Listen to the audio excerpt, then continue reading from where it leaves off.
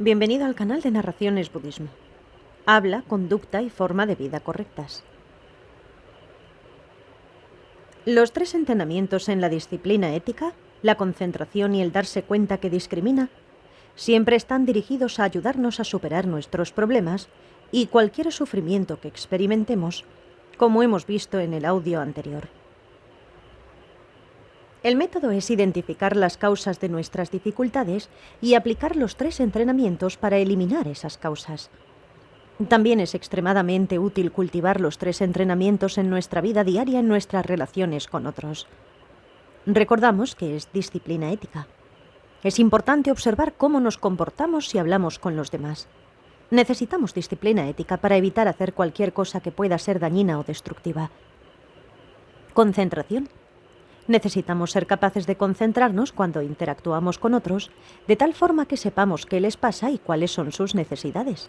Si nuestra mente está divagando, si revisamos constantemente nuestro teléfono, eso dificulta mucho nuestra comunicación con los demás. Discriminación. Si escuchamos atentamente a la otra persona, seremos capaces de utilizar el darse cuenta que discrimina para decidir cuál es una respuesta apropiada. Nuevamente, esto conduce a pensar, actuar y hablar con los demás de forma apropiada.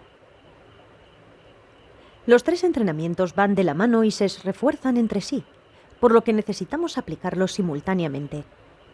Cuando no estamos con otras personas, los 3 entrenamientos también son maravillosos para trabajar con nosotros mismos. Evitan que actuemos de forma autodestructiva. Nuestra mente está enfocada, de tal forma que podemos lograr todo lo que deseemos. Utilizamos nuestra inteligencia básica para discriminar qué es apropiado y qué es inapropiado. De esa forma, hay principios muy básicos que podemos aplicar en nuestra vida diaria, tanto para situaciones personales como para interacciones sociales. El óctuple sendero. Cuando desarrollamos los 3 entrenamientos, una presentación de cómo lo hacemos es el óctuple sendero.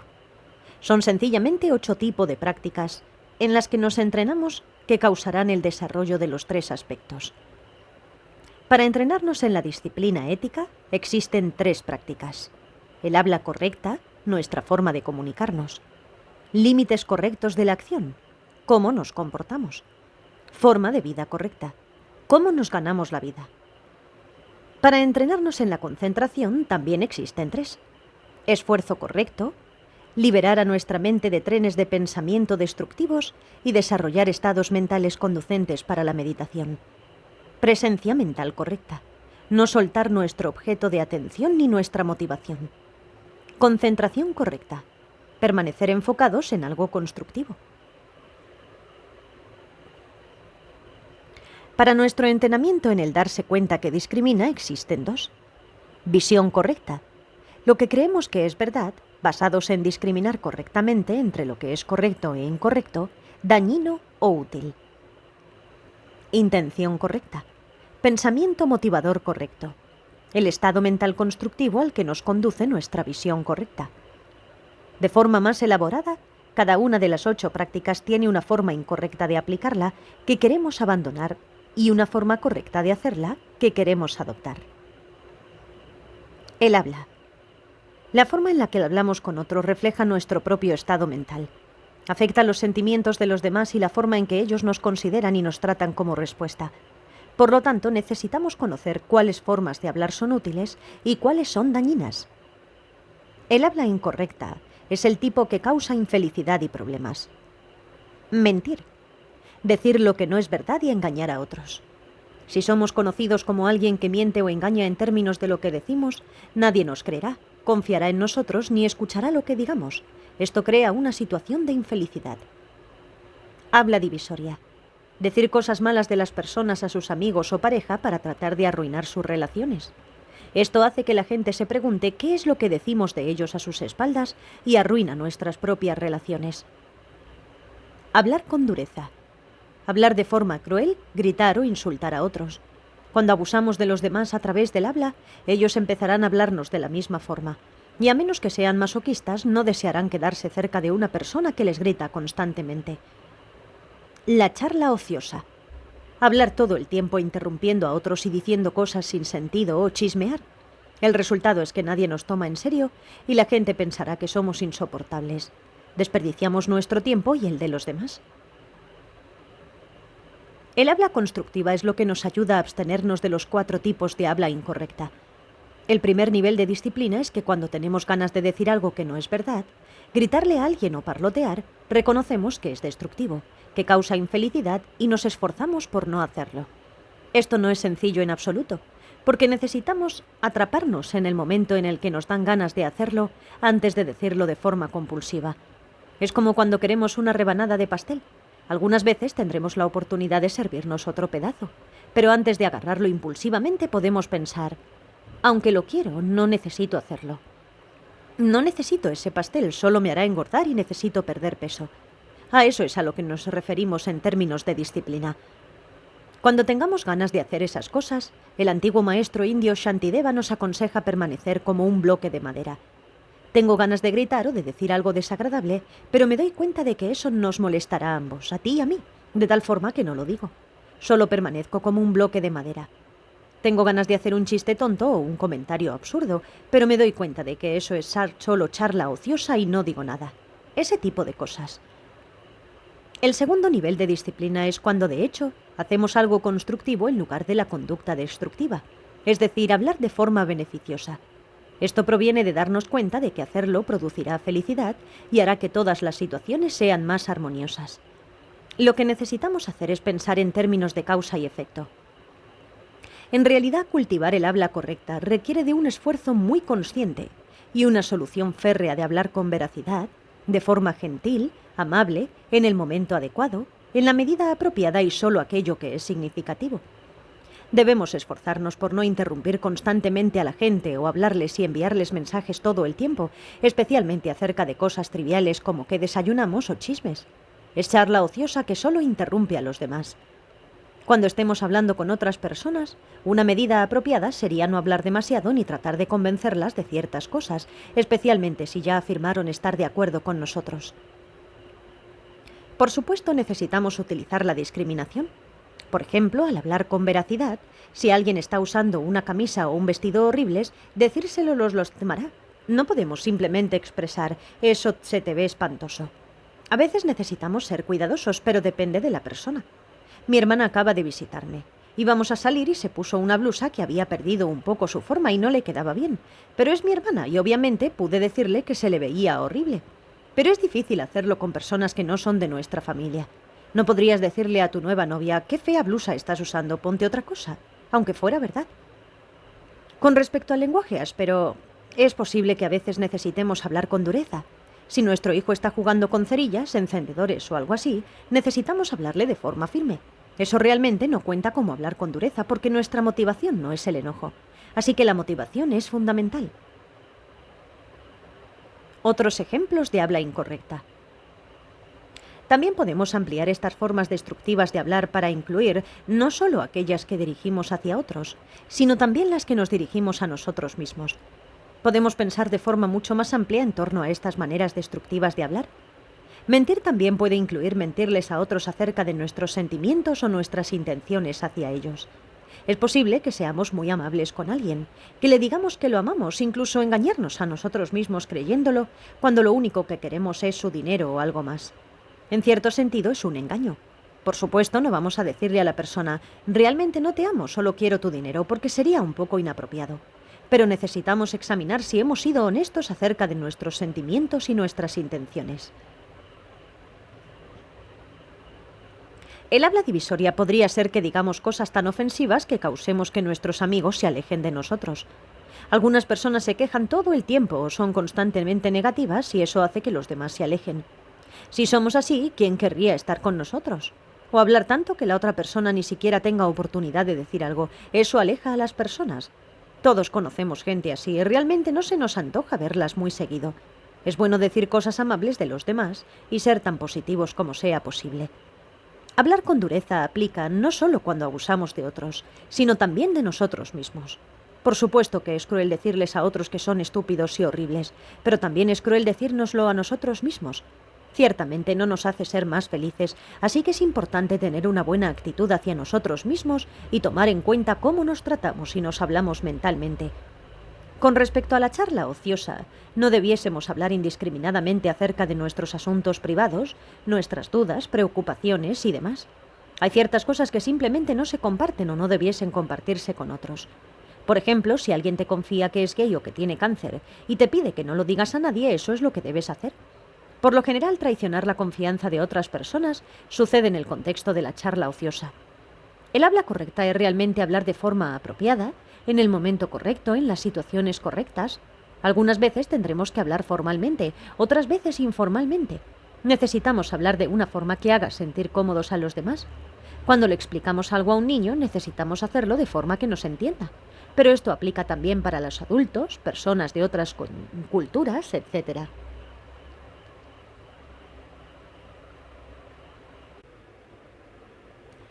Límites de acción. Conducta. El segundo aspecto del óctuple sendero es acerca de límites de acción, el cual es un término técnico. Cuando hablamos de límites, nos referimos a cierta frontera. Actuaré hasta este límite y no iré más allá. La conducta correcta.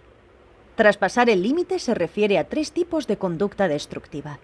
Quitar una vida, que es matar a un ser vivo, tomar lo que no nos ha sido dado, tomar algo que no nos pertenece, robar, involucrarse en una conducta sexual inapropiada. Veamos en más detalle. Matar. De forma sencilla es quitarle la vida a alguien más. No se refiere solo a humanos, sino a todo tipo de animales, peces, insectos, etc.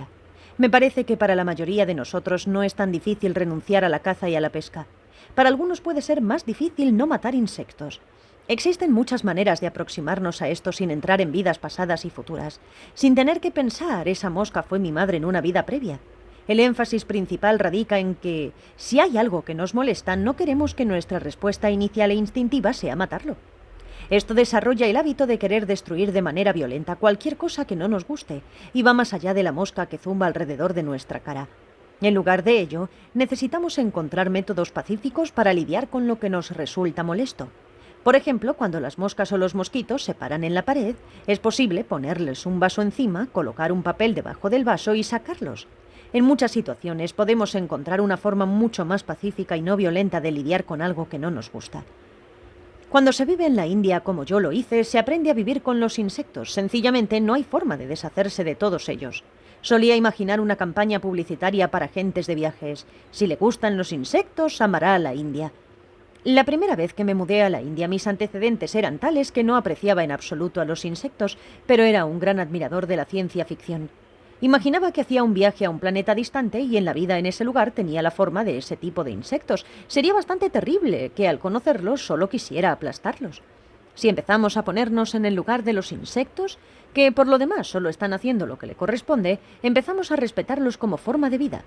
Obviamente existen insectos dañinos, así como existen personas dañinas, y en algunas ocasiones es recomendable tomar medidas fuertes para controlarlos. Pero es mejor tratar de encontrar un método pacífico, sea que estemos hablando de un conflicto humano o de una casa infestada de hormigas o cucarachas. Pero consideren el caso de unas langostas que devoran los cultivos. Gran parte de este asunto tiene que ver con la motivación. Un ejemplo de ello es una vida previa del Buda cuando era navegante de un barco. Había alguien a bordo que planeaba matar a todos los tripulantes, y el Buda vio que no había una manera pacífica de evitar ese asesinato masivo. La única solución era matar a ese potencial asesino. Así que el Buda mató a esa persona, pero lo hizo con la motivación de la compasión, para salvar las vidas de los demás pasajeros y para evitar que esa persona acumulara una enorme cantidad de karma negativo. No lo hizo por ira ni por miedo.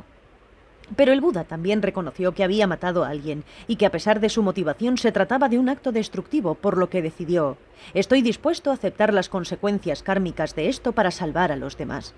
De tal forma que si es necesario matar a un depredador como las langostas para salvar las cosechas, no por enojo ni por miedo, ni por querer ganar dinero al vender las cosechas, sino por compasión, entonces la consecuencia de ello será mucho menor que si lo hacemos por enojo.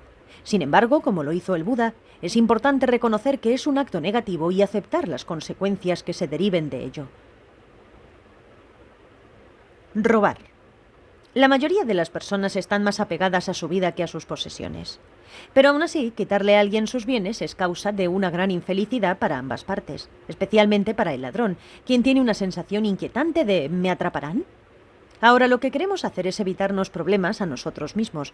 Obviamente, si matamos un pez o un insecto, ese es un problema para ellos, pero nosotros también tenemos un problema porque si nos molestan los insectos, siempre estamos preocupados de que los mosquitos invadan nuestro espacio y nos levantamos a medianoche a cazarlos. Es un estado mental intranquilo. Si por lo general utilizamos métodos pacíficos para enfrentar estas cosas, nuestra mente se encuentra más tranquila. Lo mismo sucede con robar, que nos conduce a ser escurridizos y a preocuparnos de que nos atrapen.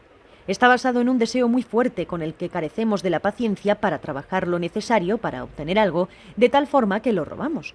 También hay ejemplos de matar y robar con las motivaciones opuestas. Podríamos matar por apego o por codicia, quizás porque realmente deseamos comernos un animal o un pez. Que no haya absolutamente nada más que comer es una cosa, pero si existen alternativas es otro asunto. Podríamos robar por enojo, porque queremos lastimar a alguien y por eso tomamos algo que le pertenece. Conducta sexual inapropiada. Este es un tema difícil porque para la mayoría de nosotros, el fuerte impulso que hay detrás de la conducta sexual es el deseo anhelante. El budismo explica lineamientos básicos de lo que hay que evitar, los cuales son causar daño con nuestra conducta sexual, incluyendo la violación y el abuso. Presionar a otras personas, incluso a nuestra propia pareja, para tener sexo cuando no lo desean. Tener sexo con la pareja de otra persona o, si tenemos pareja, tener sexo con alguien más, sin importar qué tan cuidadosos seamos. Esto siempre acarreará problemas, ¿no es así? Hay muchos otros aspectos dentro de la conducta sexual inapropiada, pero la idea detrás de ello es que no nos comportemos simplemente como animales. Un animal salta sobre otro cuando se le antoja sin importar quién esté a su alrededor. Está totalmente bajo el control del deseo y la lujuria y eso es lo que queremos evitar. Lo que nos gustaría hacer es, entonces, establecer ciertos límites y determinarnos a limitar nuestra conducta sexual dentro de ellos y no traspasarlos. Estos límites podrían tener que ver con la frecuencia, los tipos de actos sexuales, las posiciones o lo que sea. El punto es establecer ciertas pautas en torno a cómo conducir nuestra vida sexual y no solo hacer lo que se nos antoje en cualquier momento, en cualquier lugar y con quien sea como animales. Esto es sumamente importante en términos de la autodisciplina ética. La autodisciplina es para abstenernos de traspasar los límites que establecemos, porque entendemos que ir más allá solo está basado en la lujuria y la lujuria es la causa de incontables problemas. Consumir sustancias tóxicas. Consumir sustancias tóxicas no está incluido dentro de estas acciones destructivas, pero renunciar a ellas es muy importante en términos de nuestro desarrollo. Queremos desarrollar concentración y disciplina. Bueno, cuando nos emborrachamos perdemos toda disciplina, ¿no es así? Consumimos drogas psicodélicas o marihuana y perdemos toda la concentración. Nuestra mente se llena de vagabundeo mental y fantasías. Si revisamos los efectos de diversas drogas o del alcohol y los comparamos con lo que deseamos lograr en términos de nuestro desarrollo personal, vemos que drogarnos o emborracharnos es contradictorio. Crea obstáculos que duran no solo mientras estamos borrachos, sino que puede haber secuelas, como la resaca. Así que definitivamente es bueno establecer algunos limitantes a nuestro consumo y, por supuesto, es mejor renunciar a dichas sustancias por completo. Límites correctos de la acción. Conducta correcta. Un aspecto de la autodisciplina ética es abstenernos de las conductas destructivas. El otro aspecto es involucrarnos en formas de actuar constructivas y a esto es a lo que se le llama acción correcta. Así, en lugar de quitar la vida, ayudamos activamente a preservar la vida. Una aplicación más amplia de esto sería no destruir el medio ambiente, sino cuidarlo, de tal forma que los animales y los peces puedan vivir libremente. Alimentar a tus cerdos, si es que los tienes, no para engordarlos y comerlos, sino para que se desarrollen.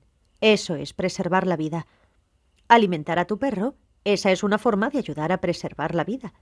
También incluye aspectos como cuidar gente enferma o ayudar a quienes se lastiman.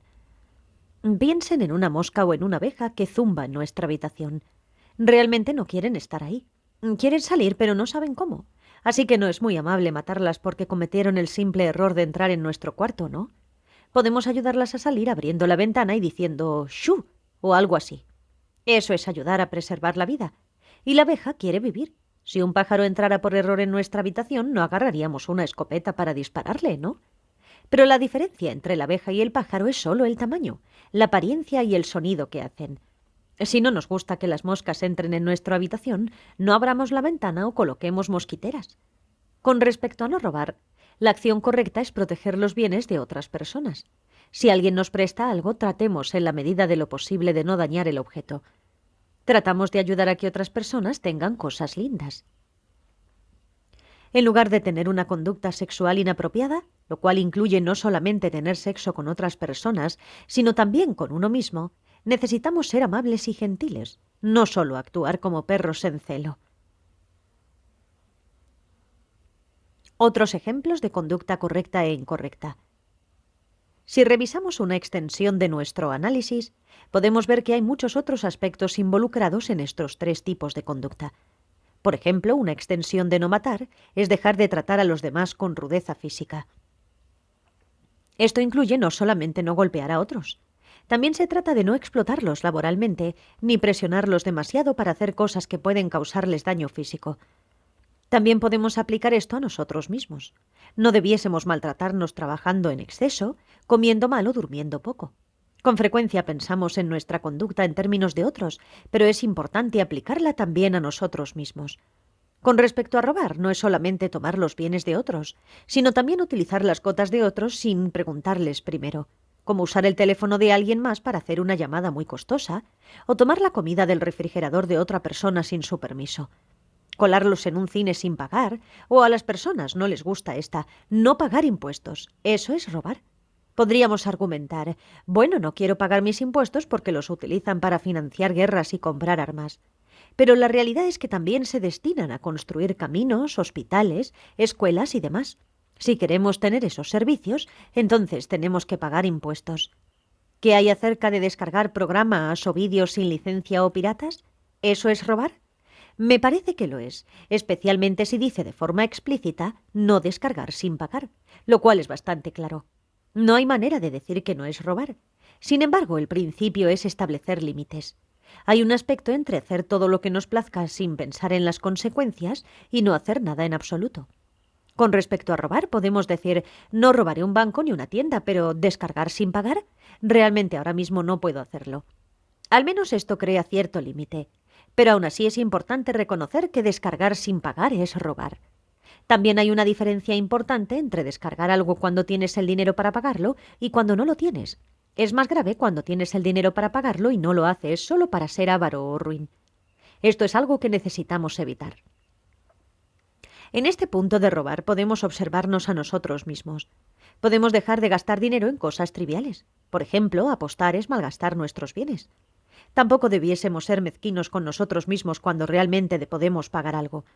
Por ejemplo, tenemos el dinero para consumir una dieta apropiada y comida de buena calidad, pero somos tacaños y compramos la comida más barata y de la peor calidad.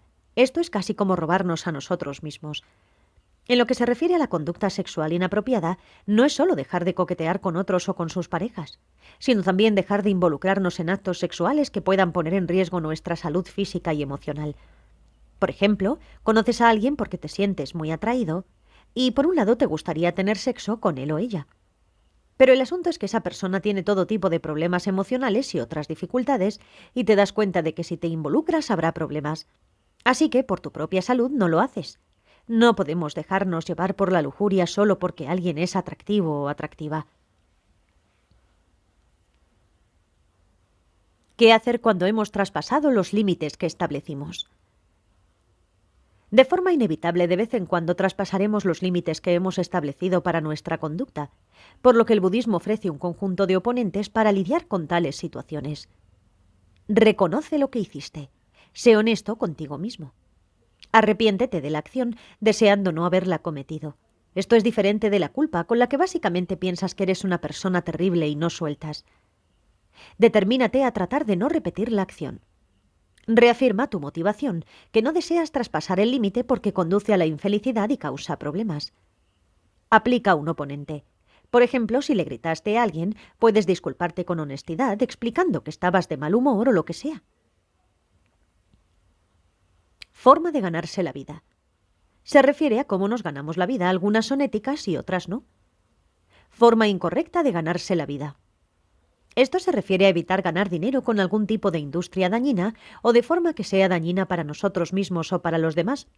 Esto incluye, por ejemplo, fabricar o tener algún tipo de relación con armas, masacrar animales, cazar, pescar y exterminar insectos, hacer, vender o servir alcohol o drogas, dirigir un casino de apuestas, publicar y distribuir pornografía.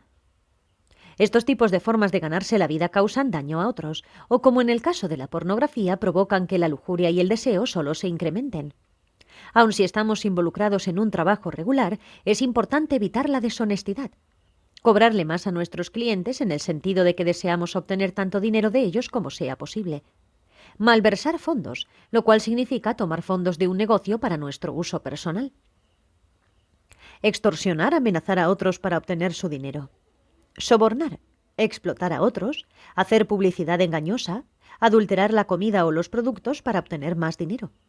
Hay tantas formas deshonestas de ganarse la vida, necesitamos aplicar la autodisciplina ética para evitarlas.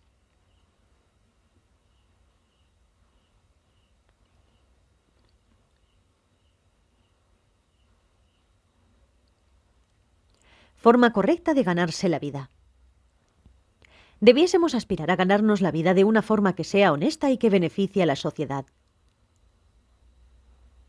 tales como medicina, trabajo social, comercio justo, hacer o vender productos y servicios que sean de beneficio para otros, cualquier cosa que contribuya al funcionamiento saludable de la sociedad y al bienestar de otros es maravillosa. Además de esto, debemos no engañar a otros ni cobrarles en exceso. Establecer un precio justo, de tal forma que podamos obtener ganancias, pero dentro de lo razonable. Pagar bien a nuestros empleados de tal forma que no los explotemos. Un punto que siempre surge en las preguntas es acerca de la necesidad. Una vez traduje para un maestro tibetano en Australia, en donde existe una enorme cantidad de ovejas, y una de las personas preguntó: «En el pueblo en el que vivo, el único trabajo disponible es criar ovejas, que después son consumidas por su lana y su carne. ¿Qué debería hacer? No puedo simplemente mudarme a otra ciudad y encontrar otro trabajo». El lama tibetano dijo: «Lo principal es ser honesto en tu trabajo y no engañar a otros. Y en tu caso no maltratas a las ovejas, sino atenderlas con gran amabilidad, alimentarlas bien y cuidarlas apropiadamente. Y así, el énfasis principal está en ser amables y honestos».